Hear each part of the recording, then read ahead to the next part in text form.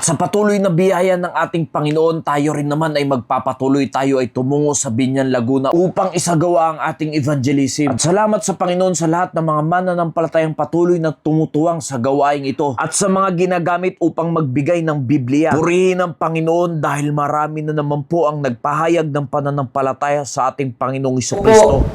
Ang aking puso at tinatanggap kita, Panginoon. At patuloy nating ipanalangin na yan ay naging totoo sa kanilang mga puso upang masumpungan nila ang buhay na walang hanggan. Marami tumanggap sa hapong ito. Amen?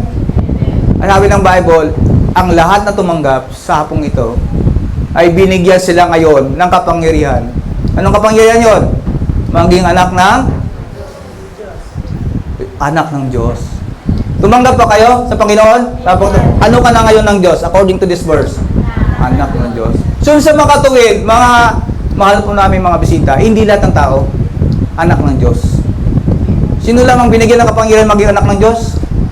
Yung tumanggap sa Kanya na bilang sariling tagapagligtas. At bago umuwi ang mga bisita ay nagkaroon muna ng salo-salo at ipinamigay na ang mga bigas at ang mga Biblia. Isang bagay na dapat nating ikagalak na marami pang mga tao nakakapakinig ng salita ng Diyos. Hindi hadlang ang edad upang ikaw ay sumampalataya sa ating Panginoong Jesucristo. Makikita nyo ang ngiti sa bawat isa. Salamat kay Pastor Pabs na bago kami umuwi ay ipinaghanda muna kami ng aming makakain. Purihin ang Panginoon.